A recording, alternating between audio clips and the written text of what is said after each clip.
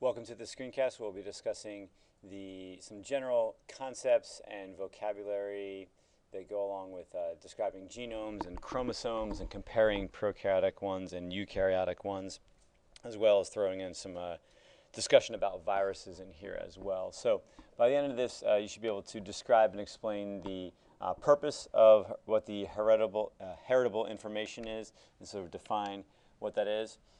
Describe and explain the structure of eukaryotic genomes as well as eukaryotic chromosomes, and then describe and explain the structure of prokaryotic genomes and prokaryotic chromosomes and be able to compare and contrast these two things here.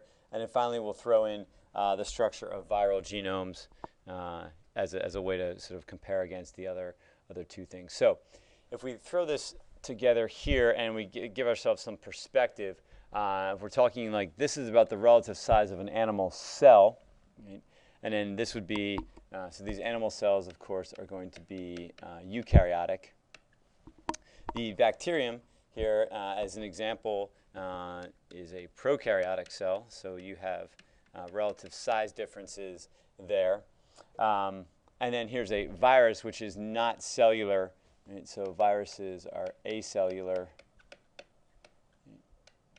but again, you get the relative gist of how big these things are.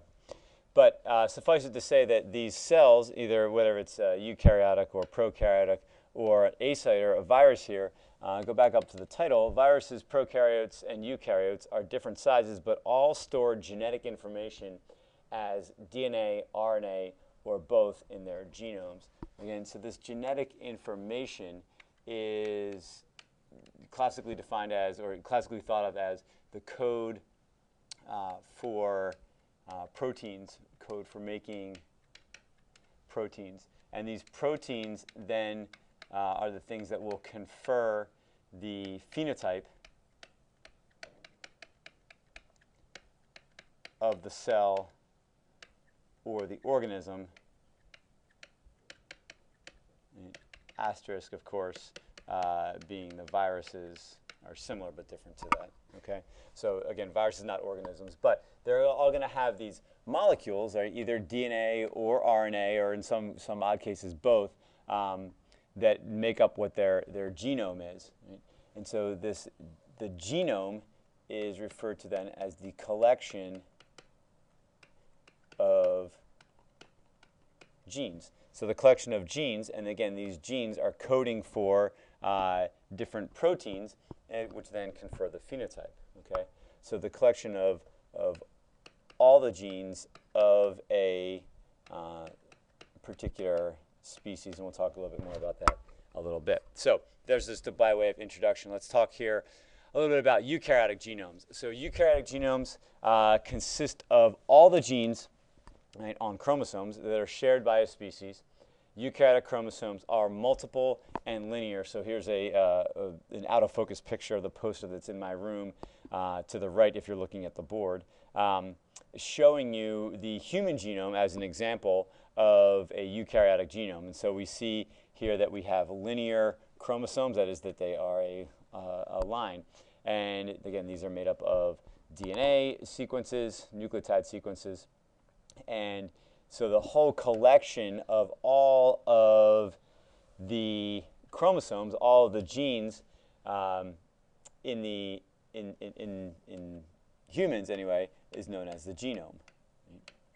Now you have the genome of mice and genome of other eukaryotic organisms, but the genomes typically consist of linear chromosomes, and there are many, many linear chromosomes.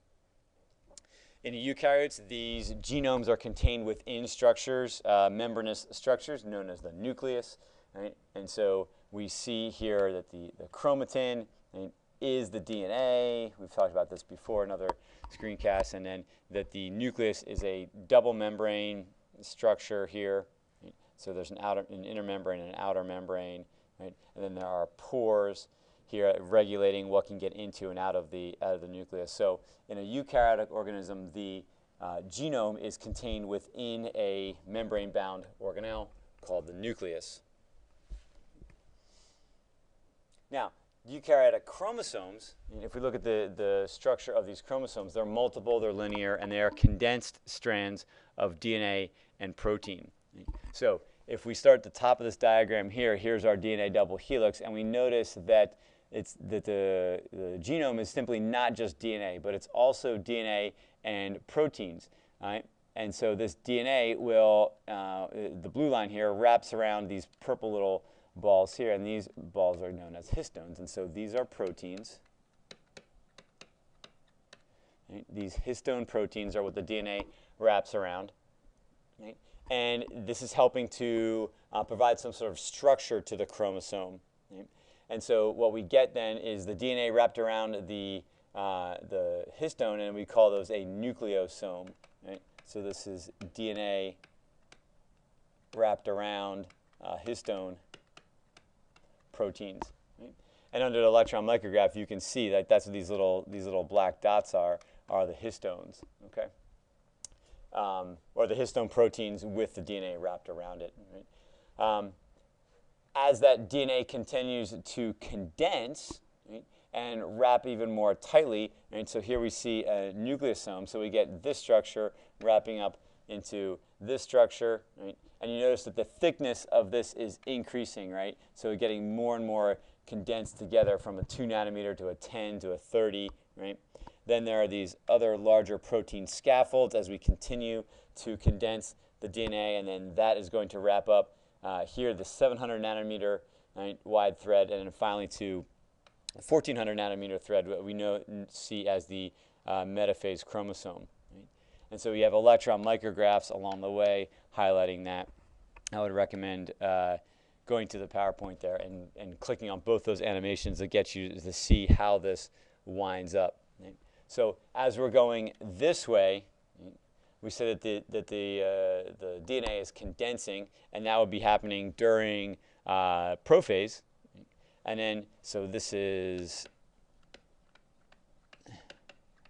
condensing, right? And then going this way, right? If we were to unwind, right, it would be decondensing. Now, a quick side note over here about these histones and the DNA. Some characteristics of what happens here, or some characteristics of the DNA as it is in a condensed form or a decondensed form. Right? So when we condense the DNA, we're going from, of course, chromatin. We would refer to it here, that nuclear material, as chromatin, and all the way down here, we call it a chromosome, completely condensed there. But if we get somewhere in the middle, like what do we call it here? What do we call it here? So there are different flavors of chromatin, if you will, different subcategories of chromatin. Right? So there's a extreme view. There's a 20. You look at the scale here. So this is 20 nanometers, and you go back up here. Here's the 10 nanometer, the 30 nanometer thread there. So you can see that width, right? And you can see the major and minor grooves here of that. Of that DNA double helix. So this is looking at, and as our imaging techniques get better and better, we can see more and more detail. But here's the point that I was trying to make, is that eukaryotic chromatin is either is less condensed DNA, but you have different types of it.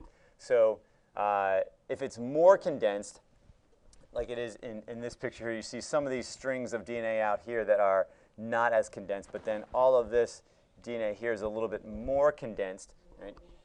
We refer to this as heterochromatin. It looks a little more uniform. Right? This is heterochromatin. And then as the DNA becomes more and more decondensed, you see it all here. You can see much more individual strings of that DNA. We refer to this as euchromatin. So again, we're looking at eukaryotic chromosome structure here, either heterochromatin, or sorry, heterochromatin, euchromatin material there. Right? Now, some characteristics of that, sorry, I went the wrong way, of that heterochromatin and euchromatin. So again, it's less condensed here. We refer to this more as a euchromatin, and this would be a heterochromatin. one final point about this. To get the DNA to wrap around the histones, right, and that is for it to become more condensed, right, as I go this way, I would be doing things, I would be adding methyl groups, and this is sort of coming out of nowhere, I know, but just bear with me here, and we'll address this more later in class. So this is a methyl group. So we methylate DNA. So we're going to add methyl groups. If you add methyl groups, these are CH3 groups, to the DNA molecule, it tends to be more and more condensed. And at the same time, you would deacetylate the histones. So you take acetyl groups off the histones. That provides a place for the DNA, right, to wrap around. So consequently, if I wanted to unwind it, if I wanted to unwind the DNA and make it more chromatin-like, what would I do to the DNA? What would I do to the histones? Well, if I'm going to methylate the DNA and I'm going to deacetylate the histones to get it to go down and become more heterochromatin, more condensed, I would demethylate the DNA and I would acetylate the histones, right? So we'll talk about this more a little bit later on, but you need to, this is definitely something that you need to know and be able to kind of reproduce, right?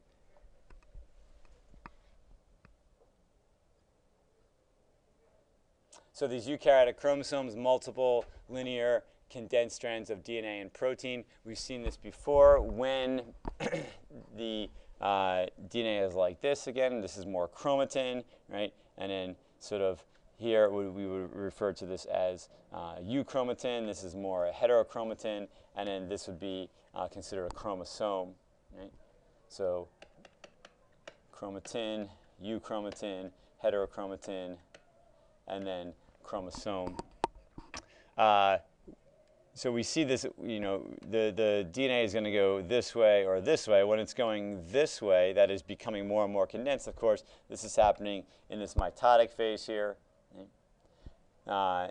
In the S phase, right, it's probably going to be more unwound like this and more chromatin form so that you can replicate it, right? You get one strand there and one strand over there, so you have to unwind the DNA. Helicase unwinds the DNA to get all those enzymes in there. So you'd expect if the DNA is something happening to the DNA, that is, it's either being replicated or it's being transcribed, you'd expect it to be in more of a chromatin form, a euchromatin form, rather than a heterochromatin or a chromosome form.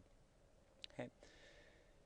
Eukaryotic chromosomes contain information, and again, this information is in the sequence of the nucleic acids, the sequence of the nucleotides, rather. Right?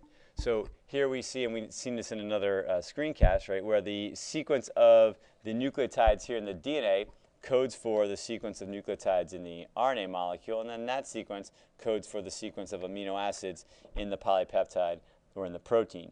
Right?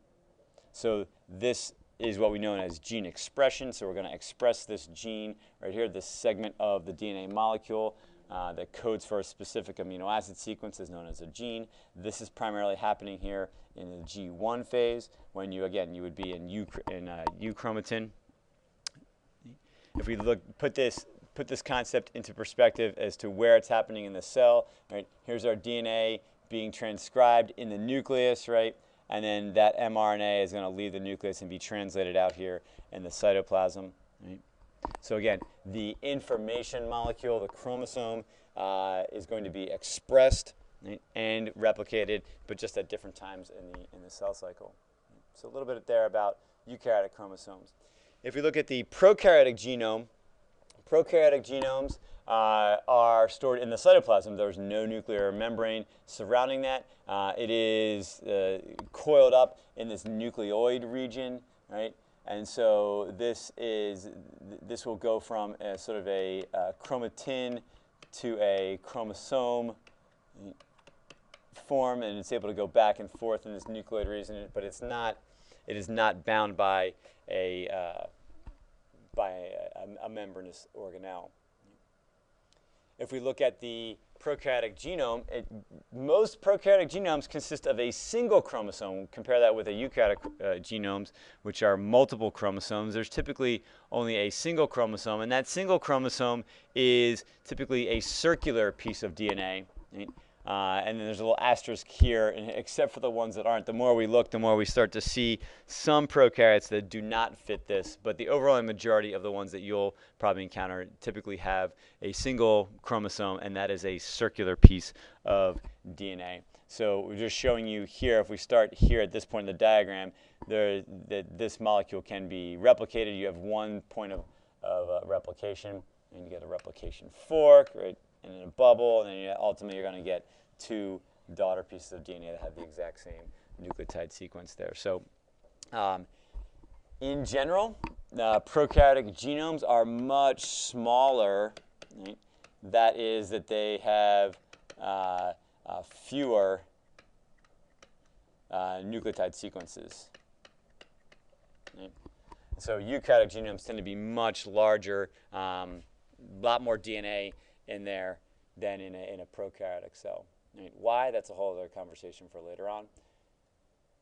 But regardless of whether or not you're a prokaryote or a eukaryote, that the genome, the prokaryotic chromosome, will also be transcribed and translated. It will be expressed at different times. And so again, we're going to see this transcription and translation happening here in a prokaryotic cell, as well as in a eukaryotic cell. But again, this gene expression in a prokaryotic cell here takes place all within the cytoplasm. Right. But again, you're going to decondense that DNA, make it exposed, make it able to be transcribed. Right. Finally, viruses, although not cellular, they do store information as DNA or RNA. Depending if there are some viruses that are DNA viruses, some that are RNA viruses. And the viral genomes are enclosed within a protein coat or capsid, and they require a host cell in order to replicate themselves. So here would be an example of a DNA virus, right? Something like common cold here, where this is the capsid, the protein coat, here's the DNA. Right? That viral DNA comes into the host cell, and then this viral DNA is replicated. It's also transcribed and translated, right? To be able to, this host cell then is making more viral DNA, making more viral proteins, and then you get many more viruses coming out of that host cell. An example of an RNA virus is something like HIV, seen here on the right. HIV, a little bit more complex in terms of it has like a membrane around the outside of it. It has a protein coat, but then it has a couple of pieces of RNA there.